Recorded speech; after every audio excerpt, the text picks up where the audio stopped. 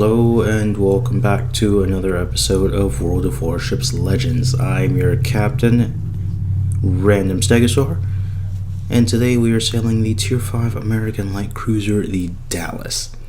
This is a division battle, so I am with my trusty sidekick, Let's Go Pins, as always, and he is sailing the Tier 5 Japanese battleship, the Fuso. Domination battle on trap, no carrier, but each team does have one destroyer. We have a Farragut, enemy team has a T-22. I'm going to let you guys in on a tiny little spoiler.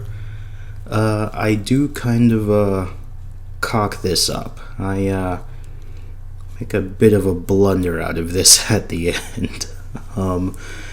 Hopefully you guys don't skip to the end and look for that. Hopefully you guys sit back and enjoy the show. Alright, let's get into this. So we are the only three on this flank. Looks like the Farragut's going down the middle, and we have some support in the form of two battleships hanging against the back line. So all we have is the Omaha, and then the two of us. I'm going to let the Omaha take the lead. I'm going to hold my fire, see if I can't get behind this island, maybe lob some HE over. Oh, and I'm spotted. Great. So we know where the DD is. And he smoked up for some reason. He really didn't have to. He could have just chilled on the edge of the border. But him smoking up means that I can shoot without being spotted because the smoke is in between the Bayard and I. At least until he comes out of the smoke screen, which it seems like he's doing now. Alright, so what's to like about the Dallas? Well, as you can see, the guns have an incredibly high firing arc. That's kind of signature with the American cruisers, more so the light cruisers, but some of the heavies as well. Crazy high firing arcs. Anything past pretty much point blank range, you might struggle to hit. And anything past pretty much your surface detection range and beyond, you will have to pretty much send the shells all the way up to the moon for them to have the proper arcs to hit. That does mean you can lob pretty much any and every island in the game. Alright, well, that was a bit of an exaggeration, but you can lob incredibly high islands. Popping the... Ooh, good dodge by the Omaha. I imagine that was his sonar that detected those torpedoes, but I did have mine running just in case.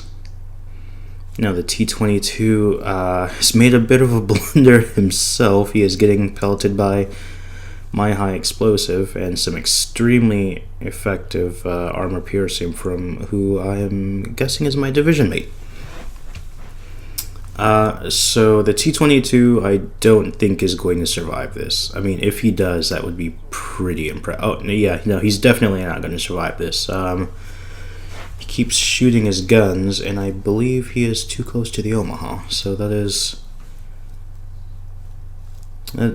the destroyer threat neutralized. Some more about the guns. Very high firing arcs. 12% base chance to set fire, then a 7.5 second reload with the upgraded turrets, although the base turrets have 8.5 seconds. Still not bad, but a bit sluggish for light cruiser. You do get 10 guns, so it's 12% chances to set fire every 7.5 seconds. Combine those with those crazy high firing arcs, that means you can pretty much just play the American light cruiser game. Just find an island, chill behind it, and just farm some damage. However, with EOP, that does, although it does increase the penetration of your shells, that does halve your fire chance and decrease some of your HE damage.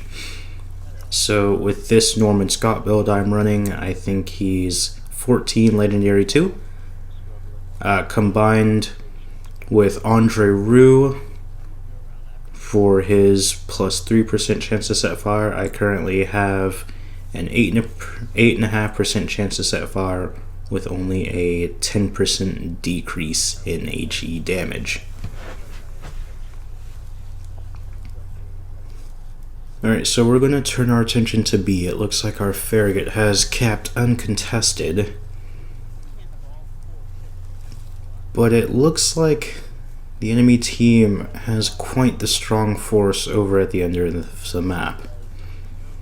5 battleships, 2 of them capping A, 3 of them have gone undetected. So I'm predicting that they are going to try and take out the New Mexico and swing into B. So instead of chasing that Bayern that the Omaha just burned down for his 2nd kill of the game, I believe, so GG to him, or well done to him, not GG yet, game's not over. I am turning around early so I can get some early shots in on these guys and hold off their advance. So until then, I have to help my New Mexico. So again, playing the American light cruiser game, waiting to see if I can get some shots over the island and spot these guys with my spotter plane.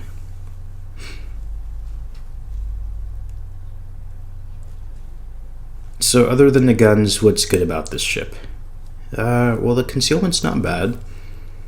With camo and some commander skills, you can get this down to about 10.5, less than 10.5 actually, I think. Right now, I think mine's only sitting at like 11.1. Concealments. So the concealment's not too bad. That will help you get into those positions where you need to lob shells over islands and cover. There goes the New Mexico. So now I am really the only target they can and want to shoot at. Unfortunately for them, I did make it behind cover of this island, so I am undetected. Unfortunately for me, I only have 16 millimeters of bow plating, so sitting nose in like this isn't an astoundingly good career move, because I can and will be overmatched by pretty much any battleship I will face.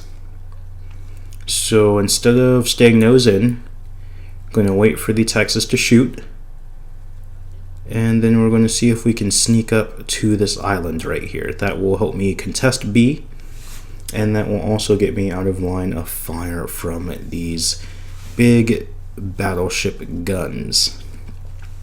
Well, the whole time I'm just spamming HE. I do switch to AP here because I am predicting that I will have a broadside to shoot at here.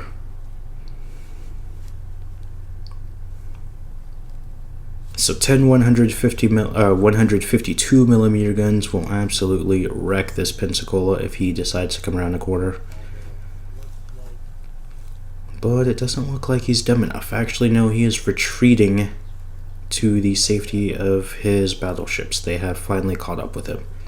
The Omaha on our team has finally gone down, which was a shame because he had a really great start. I think he's on 2 or possibly 3 kills, actually.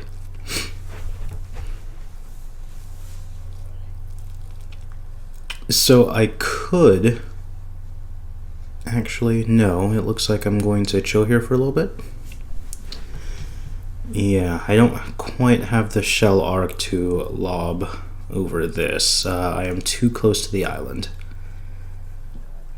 But it looks like the Pensacola might be dumb enough to sneak forward. So we're just going to chill here. There's no need to rush out. My division mate Pens has swung wide to get the battleships in a crossfire. So between my HE, these Farragut torpedoes, and his 10 16-inch guns, we should be able to make quick work of these guys. Okay, 3 bounces off the angled Pensacola. Let's try again. HE. Okay, can we finish him off? Alright, so this is the Pensacola kill. Yep. First kill of the game. 98 shell hits, 6 fires. Oh shit. Oh, back up, back up, back up, back up, back up, back up, back the fuck up. Okay. Oh jeez. Oh, and that T-22, or the Farragut went down as well, so I have no DD cover. No torpedoes sent out to the Koenig, so I am on my own on this side of the island. Unfortunate, but I think I can slip through without taking too much damage, considering all of the Congo's guns are facing the other way. And the Bretagne is... I don't know who he's distracted by. I think it's our New York. And then, of course, let's go Penn's making his way to the east, getting the Bretagne in a crossfire. So I am not a priority. So it looks like I'm going to get away with sneaking through here without taking any damage.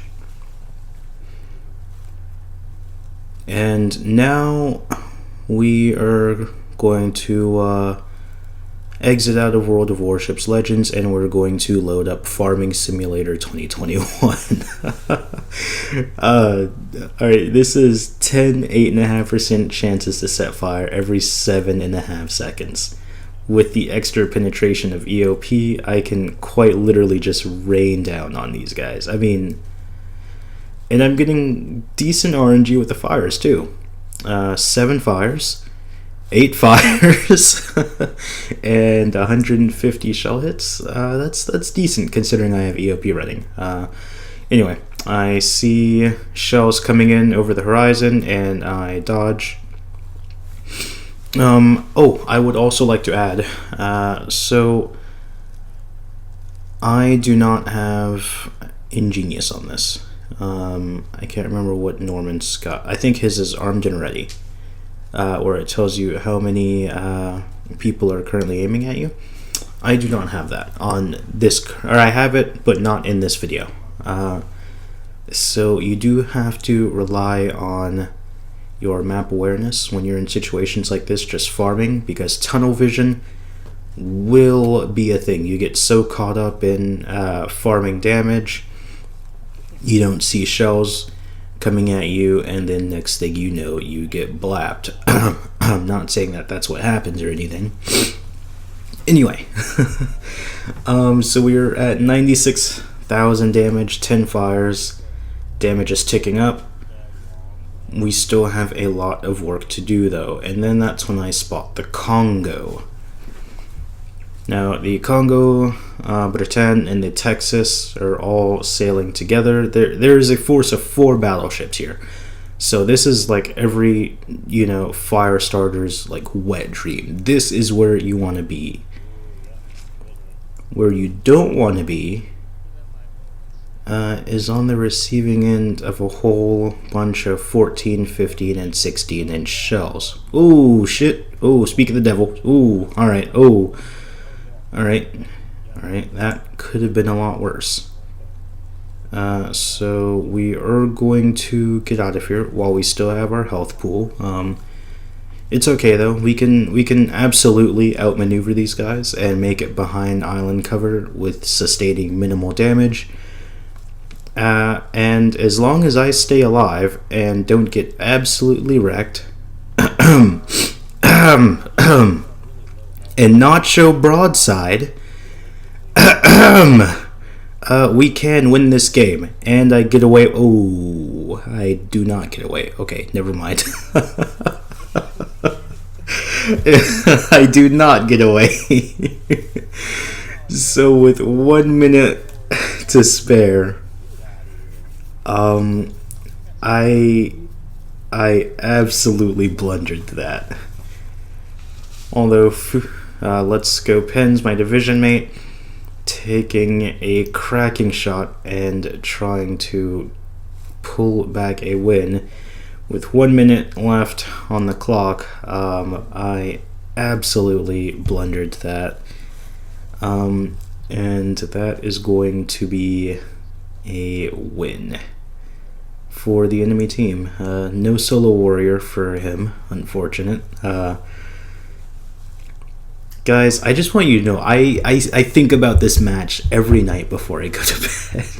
Like this is like my worst nightmare. That is what happens when you get tunnel visioned, and you start getting greedy for damage and stop paying attention to your surroundings.